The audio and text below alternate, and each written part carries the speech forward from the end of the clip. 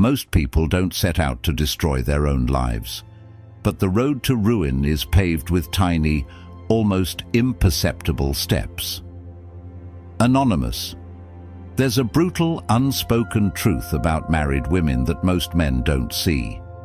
It's the truth that makes them the easiest prey, not because they're weak, not because they lack morals, but because human nature is wired for temptation. No one wakes up one day and says, "I think I'll betray everything I've built." Number.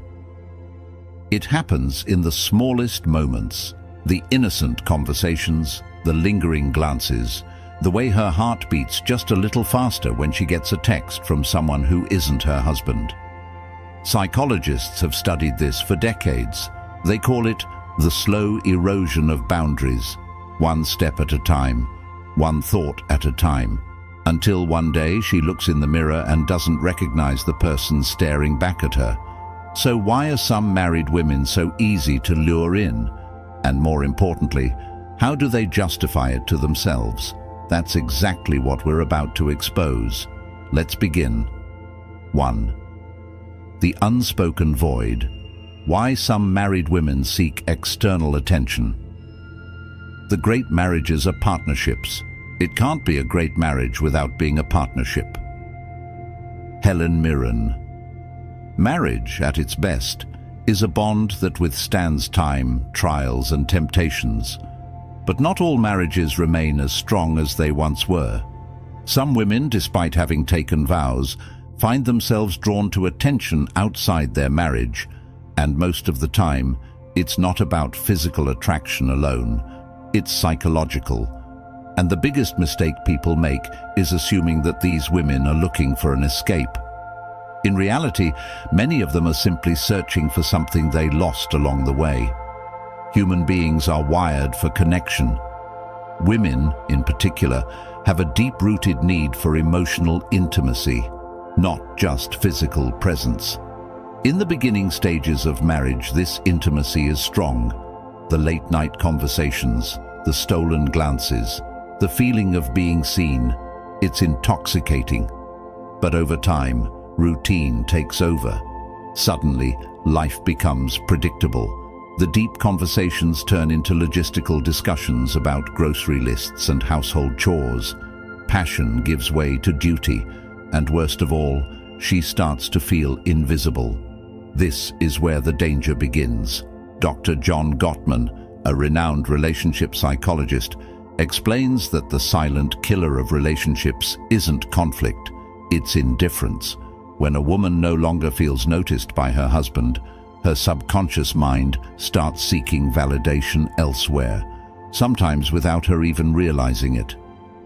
People will do anything to avoid being lonely, even if it means losing themselves in the process. Mitch Albom. A simple compliment from a stranger.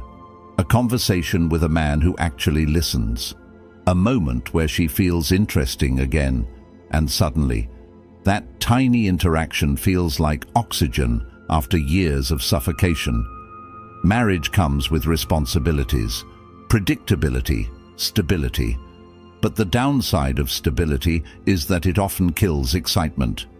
In psychology, this is called the Coolidge effect, the idea that novelty is what triggers desire. People, both men and women, are drawn to the excitement of the unknown.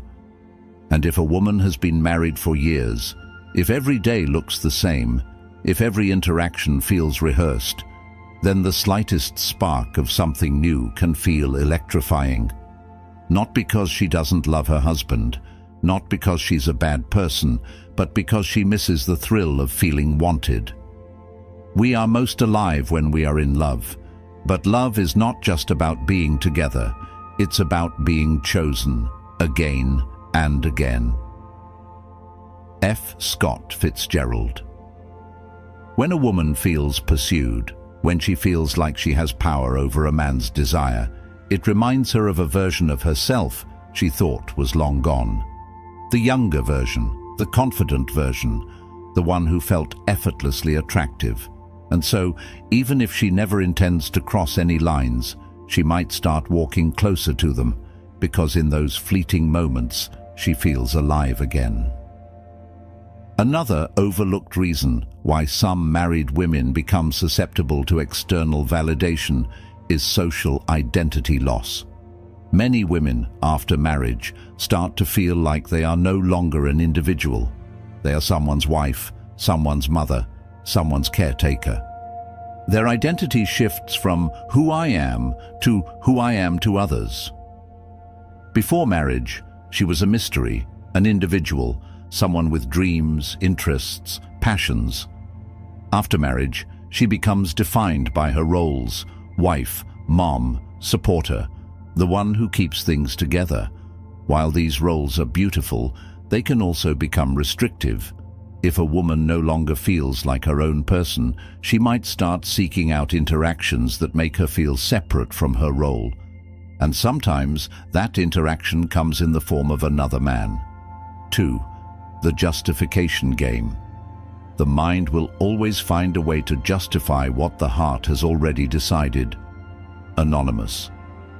No one wakes up one day and says, "I think I'll betray my marriage today." That's not how it works. When a married woman begins engaging in emotionally or physically risky behavior, it doesn't happen all at once. It's a slow, slippery process, one that is often justified in the deepest corners of her mind long before it manifests in real life. Because the truth is, guilt is an unbearable weight. And if someone can convince themselves that what they're doing isn't really wrong, they no longer have to carry that weight. So how does this happen? How do married women rationalize crossing the line? At first, everything feels innocent. It's just a little attention. What's the harm? I'm just talking to him. There's nothing wrong with that. It's not like I'm cheating. I'm just enjoying the moment. The human brain is a master of self-deception. If something feels good but goes against one's moral values, the brain creates excuses to bridge the gap. Psychologists call this cognitive dissonance, the tension that arises when our actions contradict our beliefs. And when that tension becomes too much to bear, the mind bends reality to protect itself. The easiest person to fool is yourself. Richard Feynman. So, a woman who was once completely loyal starts playing mental games. She downplays her actions. It's just flirting. It's not like I'd actually do anything. She shifts the blame. If my husband paid more attention to me, I wouldn't need this. She compartmentalizes. This has nothing to do with my marriage. This is just something separate for me. But here's the kicker. The more she justifies, the further she'll go. For many married women, the first betrayal isn't physical. It's emotional. This is what makes it so dangerous. With physical cheating, the lines are clear. There's no gray area in kissing, sleeping with, or intimately touching another man. But an emotional affair, that's where things get blurry. Late-night texts, conversations that go deeper than they should, sharing personal struggles with another man instead of her husband. At first, she tells herself, it's just emotional. There's no harm in talking. But emotional intimacy is powerful. When a woman shares her mind, her thoughts, and her emotions with a man, she's already started detaching from her husband. Cheating isn't always a physical act. The moment you start keeping secrets from your partner, you've already crossed the line. Unknown. And this is where the real danger lies, because when emotions are deeply involved, physical boundaries start to break down. The "I deserve this" justification. The last and most dangerous rationalization is the "I deserve this" mindset. At this stage, a woman no longer sees her actions as questionable. In her mind, they are justified. I've sacrificed so much for this marriage. I deserve to feel good again. He's ignored me for years. If he doesn't care, why should I? I've been faithful for so long, and it's gotten me nowhere. What's the point? This is the point of no return. At this stage, The emotional connection she's formed with another man feels more real than the marriage itself. Her mind has fully convinced her that stepping over the line isn't betrayal, it's justice. And once a person believes something is justified, nothing can stop them. The reason married women sometimes become the easiest prey isn't because they are weak-willed or immoral.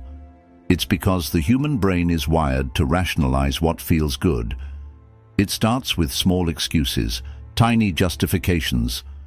But if left unchecked, those justifications turn into actions. And once the line is crossed, there's no going back. 3. The breaking point. The chains of habit are too weak to be felt until they are too strong to be broken. Samuel Johnson. Every story has a point of no return, a moment where there's no more just talking, no more innocent flirting, no more rationalizing. The game is no longer a game, it becomes real. And the scary part, most women don't even realize when it happens until it's too late. In psychology, there's a concept called threshold theory. It explains why people who swore they'd never do something eventually end up doing it. Because the hardest part isn't doing it, it's doing it the first time. The first time she sends a message she knows she shouldn't send. The first time she meets up with him just as friends. The first time she feels his hand linger a little too long and she doesn't pull away. That's the moment where everything shifts. Because after that first time, the second time is easier. What we do repeatedly, we become. Aristotle. And before she knows it, what once felt forbidden starts to feel normal. Here's the biggest lie people tell themselves when they're on a dangerous path. I can stop whenever I want. But can they? Not really. Because once something triggers an emotional response, it becomes addictive. Neuroscientists have found that romantic and sexual attraction activate the same brain pathways as drug addiction. The dopamine rush of a new connection feels intoxicating, like a hit of something she didn't even realize she was craving. So even if she tells herself, this is the last time, she'll find a reason to go back. Because at this point, it's no longer about the other man, it's about the feeling she gets when she's with him. At first, lying feels unnatural. The first time she hides a message, the first time she makes an excuse. The first time she feels her heart race when her husband asks, "Who are you texting?" It feels wrong, but the human mind is terrifyingly adaptable. And after a while, the guilt turns into strategy. She gets better at covering her tracks. She compartmentalizes so well that she doesn't even feel guilty anymore. She starts believing her own lies, and this is where things spiral. Because the longer the secret exists, the harder it is to escape. She might tell herself, I'll end it next week, next month, soon. But weeks turn into months, and by the time she realizes she's trapped in her own web, it's too late. Here's the final shift that happens in a woman's mind when she's gone too far. She stops seeing her marriage as her primary relationship. Her husband becomes the other man. The real connection, the real passion, the real intimacy, it's happening elsewhere. At this stage, even if she hasn't physically crossed the line, her heart already belongs to someone else. And when that happens, there are only two ways the story ends. She gets caught. She eventually walks away from her marriage, unable to live a double life anymore. So why are some married women the easiest prey? Because they're not looking to cheat. They're looking to feel something they lost. And once they find it, walking away feels impossible. Not because they don't love their husbands, but because they've convinced themselves that what they've found is something they'll never get back at home. And once that belief settles in, nothing will ever be the same again. So if you understand this truth, you hold power. The power to see what others miss, the power to read between the lines, the power to recognize the silent signals before they turn into something irreversible.